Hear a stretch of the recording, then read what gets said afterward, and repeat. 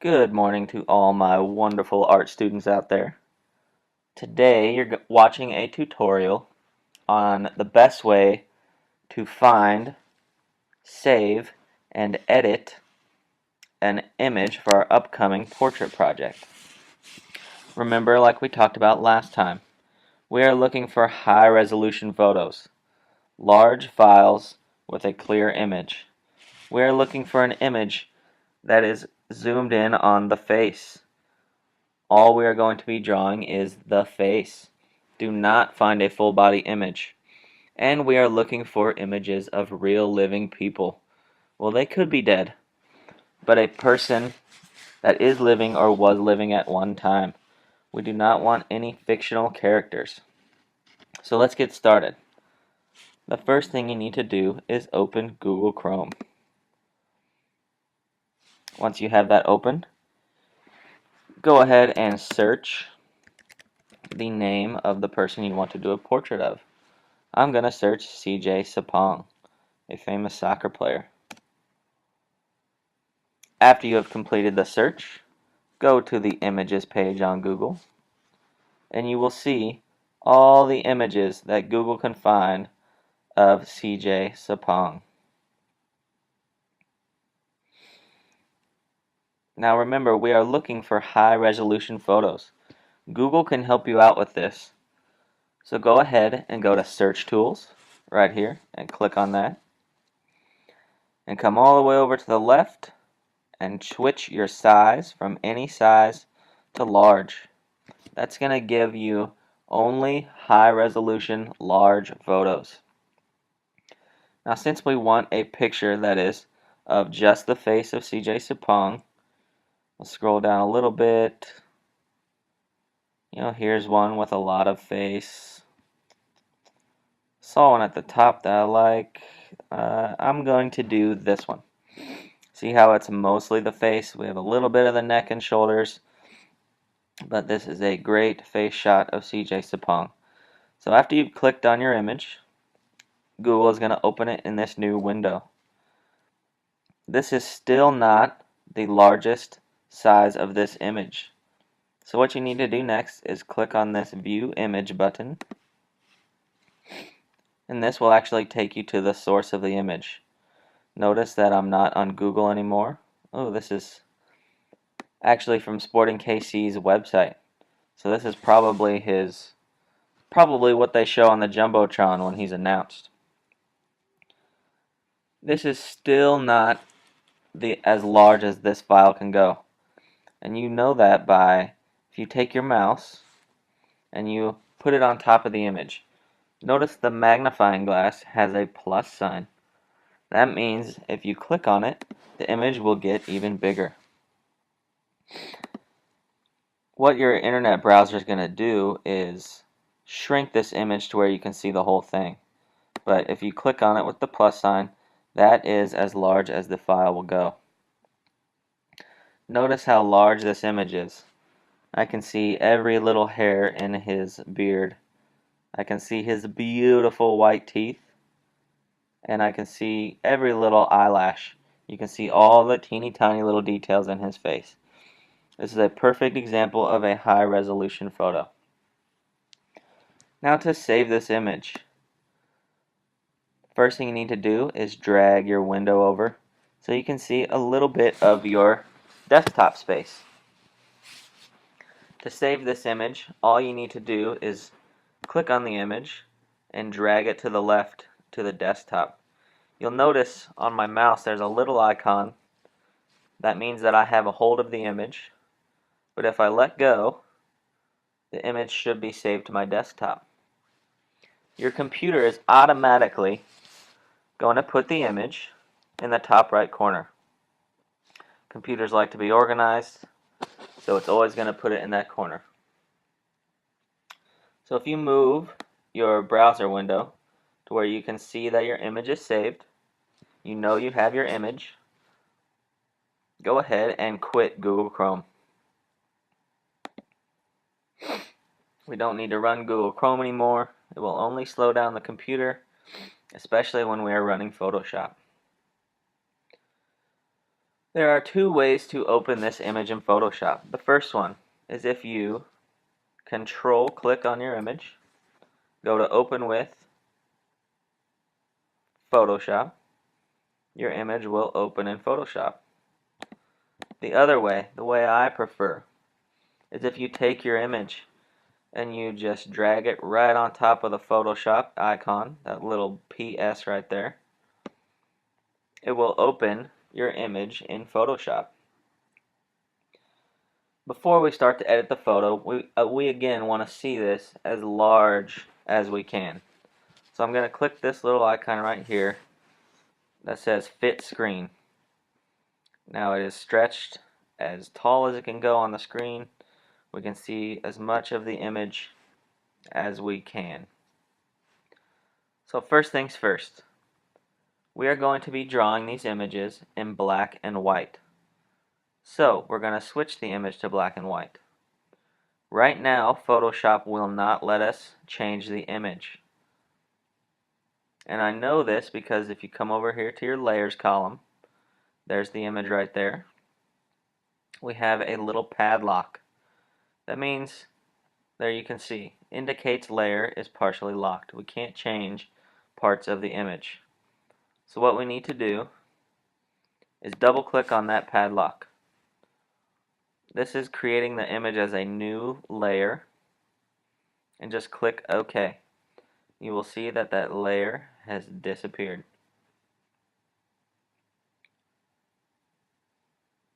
The next thing you will need to do is come up here at the top of the screen where it says image. First little thing is mode. Come over to the arrow and click grayscale. Go ahead and click discard, and this will change it to a black and white image. Last class we talked about high resolution. We also talked about high contrast. If you look at the image in the on my desktop of my wife and I, isn't she beautiful?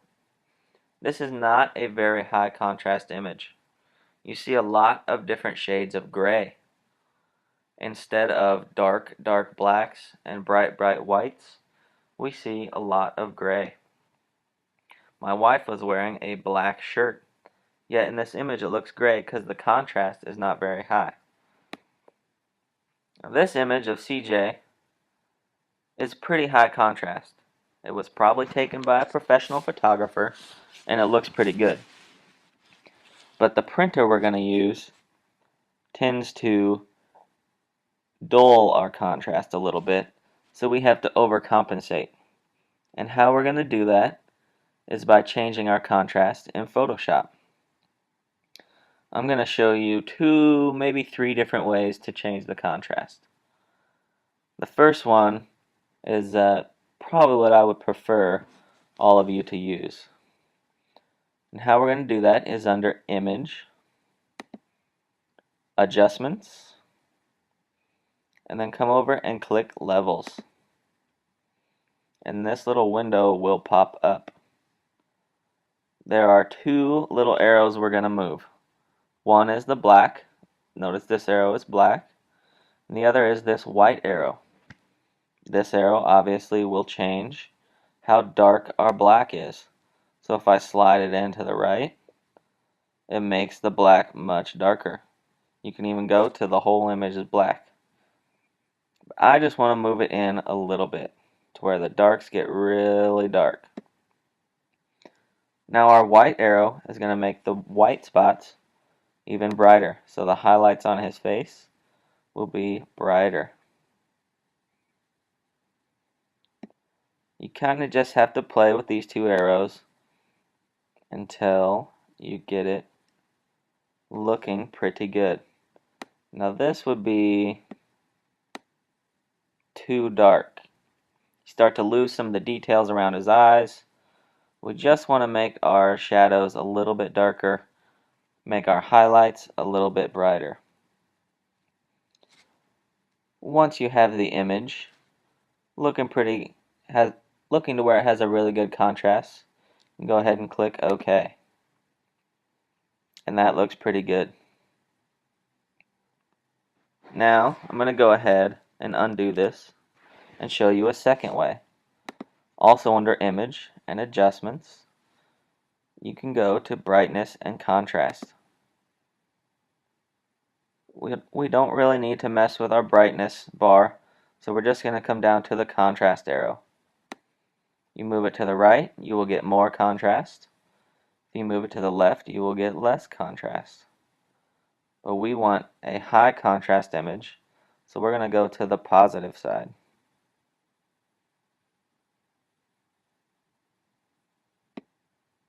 And that looks pretty good, so click OK.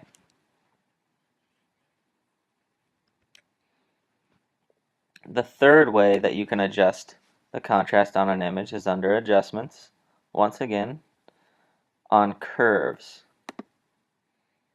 Now this one's a bit more experimental. You have this line right in the middle of this grid, and you're just going to adjust that. Usually if you make like an S shape, you will have pretty good contrast. That's a little extreme. That looks pretty good. Again, try to make an S shape when you are adjusting the contrast on your image. And click OK. I like to use levels the most, so I'm going to go back and do that real quick.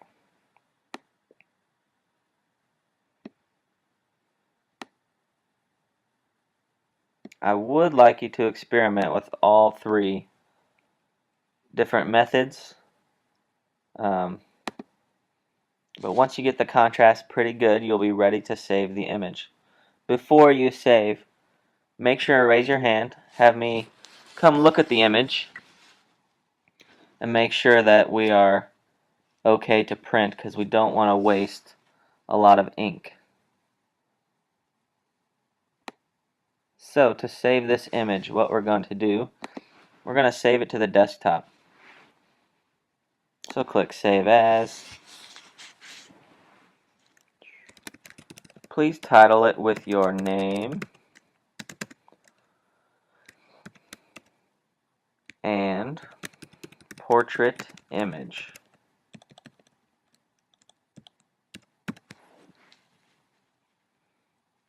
Now under Format, if it does not say Photoshop PDF, you will need to change it using this drop down arrow, and you will change it to Photoshop PDF. Go ahead and click Save. Click OK. And again, under Adobe PDF preset, make sure it says smallest file size. If it does not say smallest file size, use the drop down arrow to change it to where it says smallest file size and click Save PDF. Click Yes.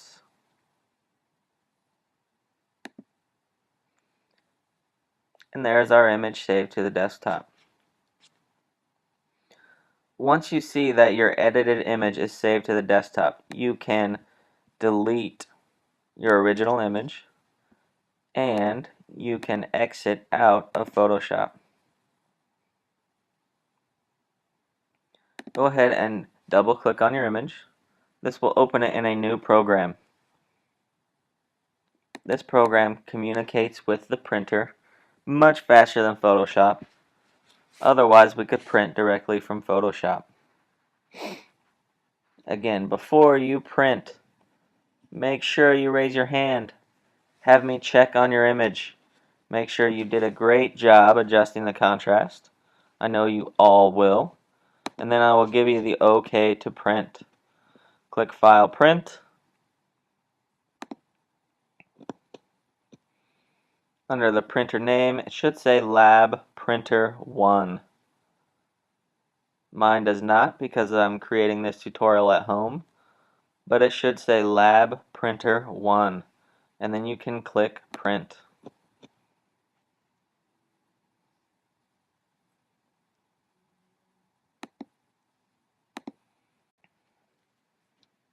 The last thing you need to do before you are completely finished for the day is to save your image in your Dropbox.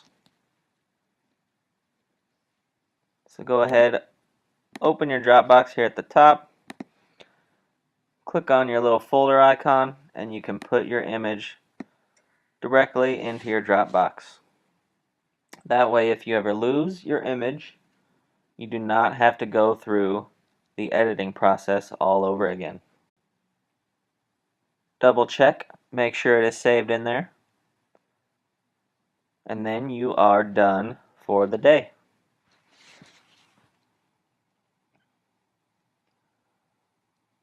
Once you have your image from the printer, you can begin to create the grid that we talked about last time. I have a tangible example of how to do that up at my desk, and if you need any additional assistance, just come find me.